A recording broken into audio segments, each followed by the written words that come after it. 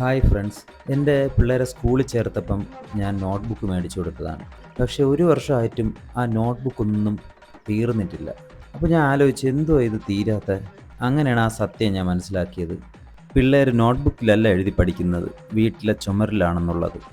ഒരുത്തൻ അണ്ണൻ മറ്റവൻ തമ്പി. അണ്ണനും കൊള്ള തമ്പിയും കൊള്ള, രണ്ടും വിഷസർപ്പങ്ങളാ. വിഷസർപ്പങ്ങളല്ല, ഇരുതല സർപ്പങ്ങൾ. ഇത്രയും തലതെറിച്ച പിള്ളേർ ഈ നാട്ടിൽ വേറെ ഇല്ല. ഒരേ ചോരയാണെങ്കിലും ഇവന്മാര് നേർക്കുനേരിൽ കണ്ടാൽ പിന്നെ യുദ്ധമാണ്. അമ്മയുടെ വയറ്റിൽ നിന്ന് പോന്നപ്പോ തന്നെ ഒരുത്തൻ മറ്റവന്റെ കഴുത്തി കുത്തിപ്പിടിച്ചിരിക്കുകയായിരുന്നു.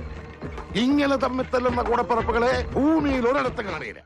സംഭവം ചുമരൊക്കെ വരച്ച് വൃത്തിയേടാക്കിയത് പിള്ളേരാണ്. പക്ഷേ ഈ ഭിത്തിയൊന്നും പൊളിച്ചിട്ടത് പിള്ളേരല്ല. ആകെ ഒരു വർഷമായ ഫ്ലാറ്റിൻ്റെ അവസ്ഥയാണിത്.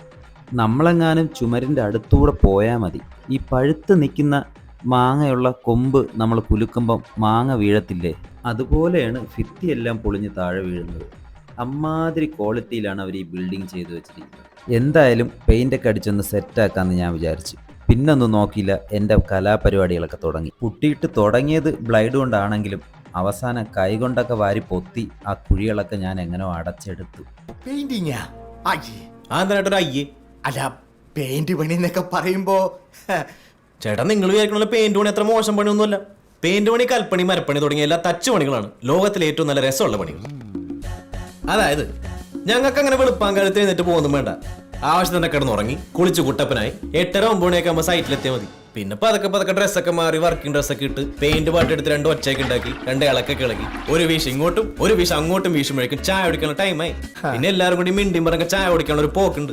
അവിടെ നല്ല സ്ട്രോങ് ചൂടൻ ചായയും നല്ല മുരിഞ്ഞ സവാളോടെ കഴിച്ച് തിരിച്ചു വന്ന് 4 കോള് ഫോണിലും സംസാരിച്ച് ഒരു കുതിര എടുത്ത് വെച്ച് അതിന്റെ മുകളിൽ കയറി 2 വീശ് ഇങ്ങോട്ടും 2 വീശ് അങ്ങോട്ടും വീശുമ്പോഴേക്കും ചോറിനൊരു ടൈമായി. പിന്നെ എല്ലാവരും കൂടി ഇതുപോലെ വട്ടം വളഞ്ഞൊരു ഇരിപ്പാണ്.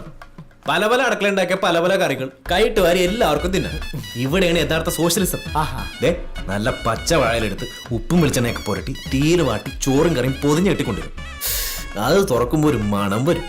ഓഫ്, സൈഡിൽ മാങ്ങ ചമ്മന്തി, നടുക്കൊരു തോരൻ, ഈ സൈഡിൽ 2 ചാള പൊരിച്ചത്. ഇതും കഴിച്ച് ആകാശവാണിയിൽ ചലച്ചിത്രാനവും കേട്ട് പേപ്പറും പിരിച്ചു കിടന്നൊരു ഉറക്കമുണ്ട്. ഓത്താണ് സ്വർഗം. പിന്നെ ഒരു 2 മണിയൊക്കെ ആകുമ്പോഴത്തേക്കും കമ്പിയൊക്കെ ഒന്ന് വരച്ച് മതിലൊക്കെ ഒന്ന് തടവി വരുമ്പോഴേക്കും 4 മണിയായി, ടീ ടൈം. പിന്നെ ടർപ്പനിട്ട് ബ്രഷിൽ പെയിന്റ് ഒക്കെ കുറച്ച് കളഞ്ഞ് കൈയും കാലൊക്കെ സോപ്പിട്ട് കഴുകി വെളിച്ചെണ്ണയൊക്കെ തേച്ച് മൂടി ജീവി കുട്ടപ്പനായി മേസ്ത്രി റൂമിൽ കൈ നീട്ടുമ്പോണ്ടല്ല അപ്പൊ കിട്ട 750 രൂപ തച്ച്. പക്ഷെ ഇതൊന്നുമല്ല. പറഞ്ഞ സമയത്തിന് വീടിന്റെ പണിയൊക്കെ തീർത്ത് ഉടമസ്ഥന് വീടിന്റെ താക്കോല് കൈമാറുമ്പോ ആ പുതു വീടിന്റെ വെട്ടമായിട്ട് മുഖത്ത് വരുന്നൊരു ചിരിയുണ്ടല്ലോ, അന്തസ്. വല്ല പെയിന്റ് പണിക്കും പോയാ മതിയായിരുന്നു.